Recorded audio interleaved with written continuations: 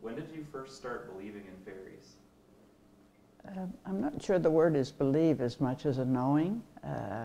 Belief has a different connotation where ever since I can remember, I just had a knowing of fairies, of their existence, and they were just in my world. And so I don't know as the word belief. Most people want to say is, why do you believe in fairies? And I'm not sure for me that that is the correct word. It's more or less part of my life. Fairies are part of my life, and their existence has always been.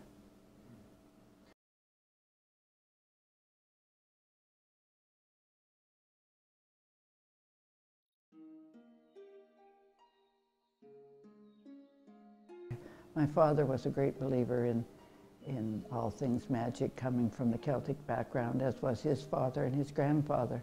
And there was always a story in our family that someday somebody would go back to the family homestead and the hawthorn tree would be there and the fairies would be waiting.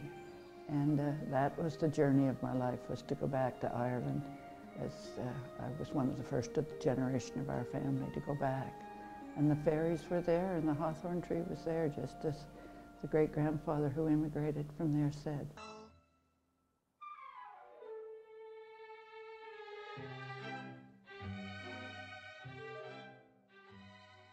But they're mainly balls of energy and balls of light, or orbs, I like to say.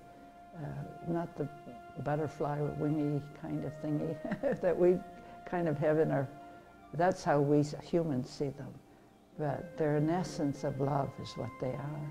And I would think that in some cases people think of angels or fairies or somewhat in almost the same category, but in a hierarchy of holy and blessed things that we like to think in our culture, fairies are certainly next to Mother Earth, and they are part of the environment and part of the elementals, whereas angels are part of the divine essence and come to our aid for different occasions. Everybody has a job to do.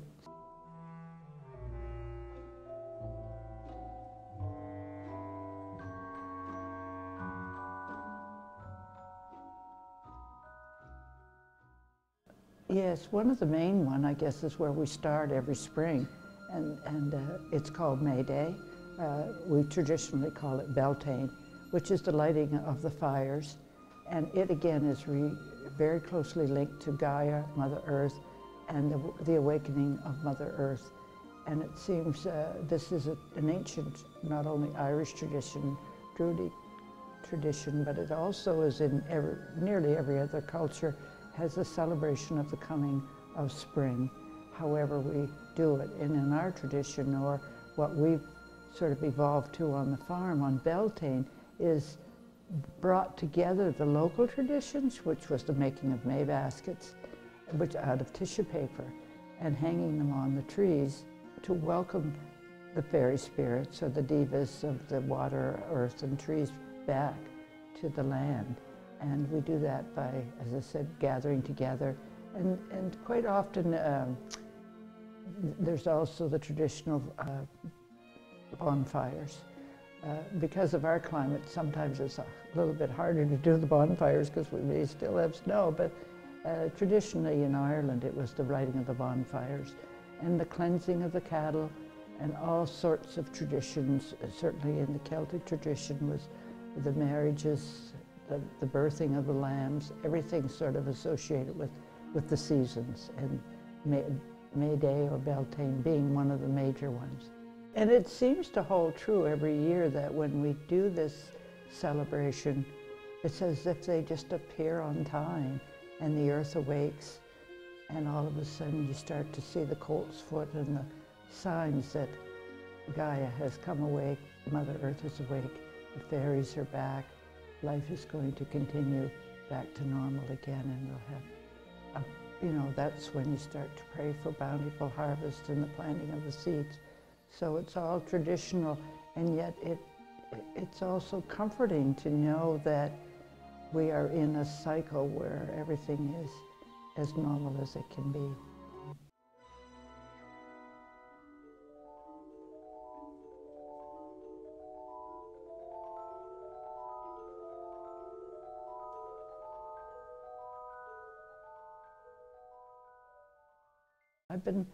The Fairy Chronicles is a series of books I suppose I've been writing most of my life.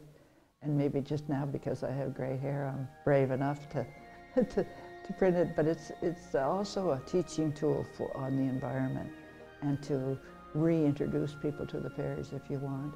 It's been a long time in the coming. Book 1 is being illustrated by a close friend right now and being edited. It'll probably be out maybe hopefully sometime this year, maybe late summer, early fall. And Book 2 is midway through being written. I usually do most of my writing in the winter, and I'm about 3/4 the way through it. But it's a metaphor for the fairies coming to Johnville and to the farm, and an evolution of my life through their eyes, through the fairies' eyes, the parallel of the two. So I'm not exactly sure how to describe it except to say, for me, this is exactly how it happened, how they came, and the journey of the two of us together.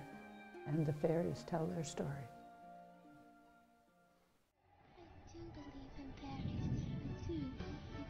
I do believe in fairies. I do. I do believe in fairies. I do. I do. You do believe in fairies? I think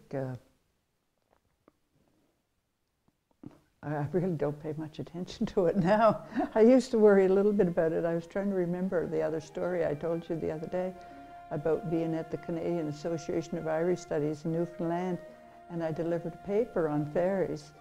And half of the academics, they were all professors and teachers of Irish literature, Irish art, Irish history. Very few of people talking about fairies, but the people that were putting the program on thought it was a wonderful idea.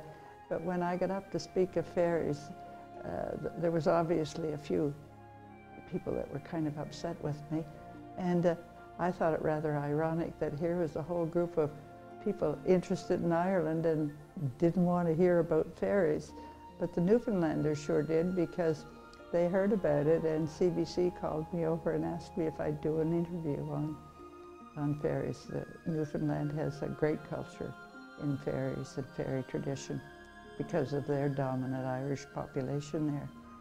Yeah. So at this point in my life, I really don't mind what anybody believes. And it's not, and again, the word belief doesn't really resonate with me.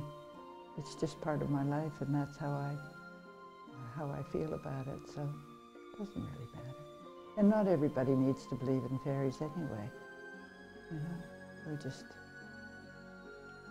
just there.